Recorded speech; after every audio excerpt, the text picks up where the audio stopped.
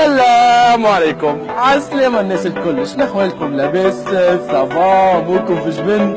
خليني احكي سوري. شفتوا الجزئين اللي نزلتهم عن اللهجة التونسية وحبيتوهم كثير؟ اليوم الجزء الثالث رح يكون مختلف شوي. تفضل خالد تفضلي. بالميرو يابان جيمبان. المهم نرجع لموضوعنا. الجزء الثالث راح يكون مختلف شوي، ليش؟ لأنه أنا اليوم موجود في اسطنبول وراح روح على الأماكن اللي ممكن نلاقي فيها عرب وحاول أسألهم عن معاني بعض المصطلحات التونسية. خلونا نشوف شو راح يصير معنا، يلا.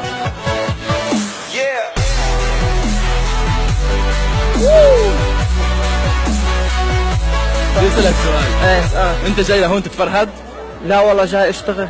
مو جاي تتفرهد؟ لا شو خليت فيها اتفرهد واشتغل وهي.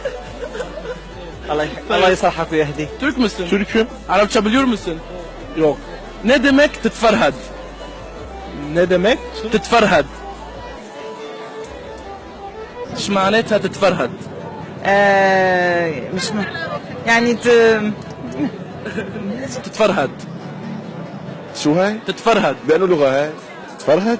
يعني تنشرق أو تتفرهد. تتفرد؟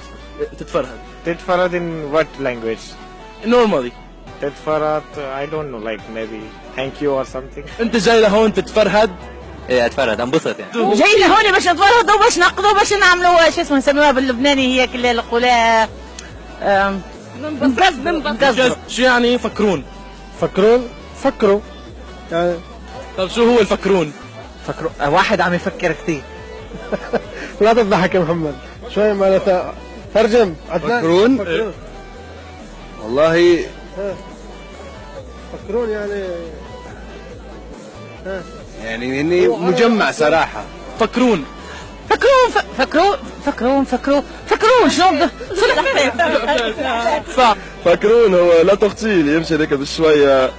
وفكرون هو السلحفاة. انت تغششت؟ غشيت يعني شي مرة؟ نعم. غشيت والله ما يكون مسبح. انت تغششت؟ كثير. غششت ونغش علي. غشاش؟ انت مغشش؟ لا انت مغشش لا ولا ما بغش؟ انا متغش. معليش متغشش. ما عنديش فلوس. شو يعني تغششت؟ لانه لغة هاي. ما بعرف شو توقع هدول الكلمات قلت لك اياهم باي لهجة؟ ما بعرف. فكر. تغششت. فلسطيني؟ لا. شو أردني؟ لا. شو؟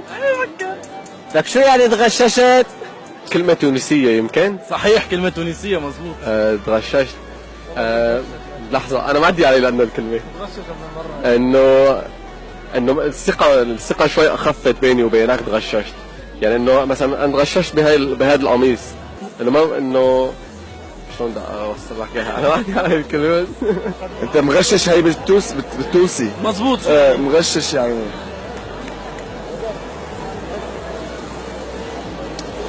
غششت يعني زعلت. متغشش معناها منرفز. شو يعني ميك لبنينة؟ ميك لبنينة. شو بتوقع هي من اي لهجة؟ ميك لبنينة والله ميك كلمة انجليزية بعرفها. ميك لبنينة؟ لا انا بعرف معناتها بس. شو معناها؟ هلا بدك تقول قريبي لانه اللهم صل على سيدنا محمد. والله هلا سمعان الكلمة وعرفان معناتها. نكلة بينا. ميكلة يعني أكلة وبنينة يعني طيبة، يعني أكلة طيبة. ميكلة بنينة. ميكلة معناها واو بنينة فاوحة برشا معناها. نحي البرطاب بالجملة. يعني انه نطلع سوا كلياتنا. اي والله ما بعرف. نحي مرطوب الجملة مثلا. أول مرة بسمع. شو هي؟ نحي البرطاب بالجملة. نحي البرطاب الجملة. حري نحي برطاب الجملة يعني شيل الجبنة القديمة من البرطمان وحطها في الطبق يعني عايز زي كده. نحي البرطاب الجملة. نحي يعني زيح. البرطاب اللي هو التليفون. جملة يعني تماما، يعني شيل الجوال تماما. التليفون تماما بالضبط. نحي البرطاب الجملة يعني نحي التليفون كومبليتمون. طيب أي لهجة تتوقع؟ يعني مغربية. لا. جزائرية. أردني؟ لا ولا أردنية. لا مو أردنية. جزائرية؟ كمان مش جزائرية. ما تقلي سورية. لا ولا سورية. اللهجة أكيد جزائرية. لا مو جزائرية. تونسية. شو بتعرف باللهجة التونسية؟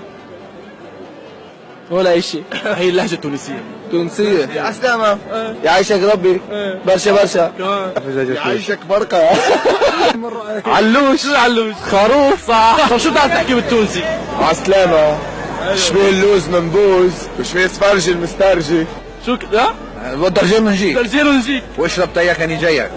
اللوز مسفوق وشبيه سفرجي المسترجي وشبيه البقلاوة نقص حلاوة. شعرك تو نرجع لك. تعلمت مني. منك انت والله. علمتهم مني. انا فتحت لهم باب لحتى يروحوا يدوروا على بقيه الكلمات، ما شبعوا مني، انا ما اعطيتهم كل شيء، فراحوا يدوروا على بقيه الكلمات والمغازلات. امشط شعرك تو نرجع لك. احنا طبعا اكيد لازم نحكي كلمه للشعب التونسي، حنقول لهم يعيشكم على هذه الكلام الجميل صراحه.